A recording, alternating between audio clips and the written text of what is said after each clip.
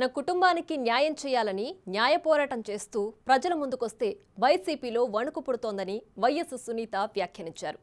తన తండ్రి వివేక హత్య కేసులో నిందితులకు శిక్ష వేయించడానికి కోర్టుల చుట్టూ తిరుగుతున్న తనపై వైసీపీ నేతలు ఎదురు కేసులు పెడుతున్నారని ఆవేదన వ్యక్తం చేశారు. మళ్లీ కేసులు పెట్టి కోర్టుల చుట్టూ తిప్పుతూ ఎన్నికల ప్రచారంలో ప్రజల్ని కలవనీయకుండా అడ్డం పడుతున్నారని విమర్శించారు. తాను ప్రజల్ని కలవలేకపోతే మన్నించాలంటూ కడప ఎంపీగా వైఎస్ షర్మిలను గెలిపించాలని పిలుపునిచ్చారు.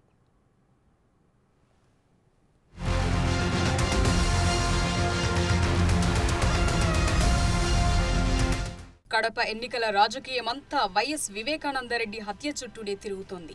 అటు పీసీసీ అధ్యక్షురాలు వైఎస్ షర్మిలతో పాటు వివేకా కుమార్తె సునీత కాంగ్రెస్ ఎన్నికల ప్రచారంలో కలిసి పాల్గొంటూ వైసీపీ అధినేత జగన్ తో పాటు కడప ఎంపీ అభ్యర్థి అవినాష్ రెడ్డిని టార్గెట్ చేస్తున్నారు. దాంతో సహజంగానే వివేకా హత్య కేసు వైసీపీని డిఫెన్స్ లోకి నెడుతోంది.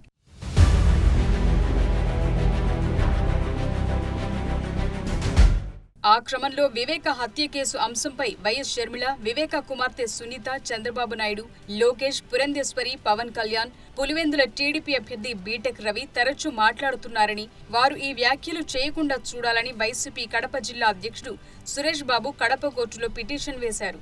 ప్రతివాదులు, వారి అనుచరులు, ఆయా పార్టీల అభ్యర్థులు ఈ కేసులో అవినాష్ రెడ్డిని హంతకుడిగాను, సీఎం జగన్ ఆయన్ను కాపాడుతున్నట్లుగాను వ్యాఖ్యానిస్తున్నారని ఫిర్యాదు చేశారు.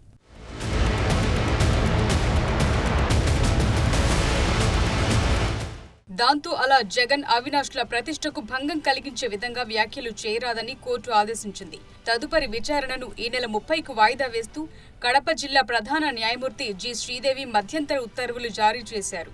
మాజీ మంత్రి వివేక హత్య కేసుపై వ్యాఖ్యలు చేయొద్దని కడప జిల్లా కోర్టు ఇచ్చిన ఉత్తర్వులపై ఆయన కుమార్తె సునీత రియాక్ట్ అయ్యారు. దాన్ని సవాల్ చేస్తూ హైకోర్టును ఆశ్రయించనున్నట్లు తెలిపారు. న్యాయం కోసం ప్రజా తీర్పు కోరుతుంటే వైసీపీ అడ్డుపడుతోందని, పులివెందులలో తాను ప్రచారం చేయకుండా కేసులు వేస్తున్నారని ఆమె విమర్శించారు. మీ ఇళ్ల వద్దకు నేను రాలేకపోతే మన్నించండని ఓటర్లను కోరిన సునీత ఎన్నికల్లో షర్మిలను గెలిపించే బాధ్యత ప్రజలదేనని పిలుపునిచ్చారు. మా నాన్నని చంపి నరకం చూపించారు. నేను పోరాడుతుంటే నాకు అన్ని విధాలుగా ఆటంకాలు పెట్టారు. ఇప్పుడు మీ ముందరికి వస్తే మీ ముందరికి కూడా రాకుండా ఎంత వీలైతే అంత ప్రయత్నిస్తున్నారు. ఇప్పుడు ఇట్లా కేసులు మళ్ళీ పెట్టి మళ్ళీ నన్ను కోర్టుల చుట్టూ తిప్పి మీ ముందరికి రాకుండా తయారు చేస్తున్నారు. ఈ పరిస్థితుల్లో మళ్ళీ నేను కోర్టుల వెనకాల తిరగాల్సింది వస్తుంది. అసలే 3 వారాలు ఉంది, అంతకంటే టైం లేదు. ఇప్పుడు మనకి మళ్ళీ కోర్టుల వెనకాల పోవాల్సింది వస్తుంది. నేను మీ అందరి ఇండ్లకి రాలేకపోవచ్చు. ఒకవేళ మీ ఇంటికి నేను డైరెక్ట్గా వచ్చి ప్రాధేయపడలేకపోతే ఇది నా మనవి, నన్ను మన్నించండి.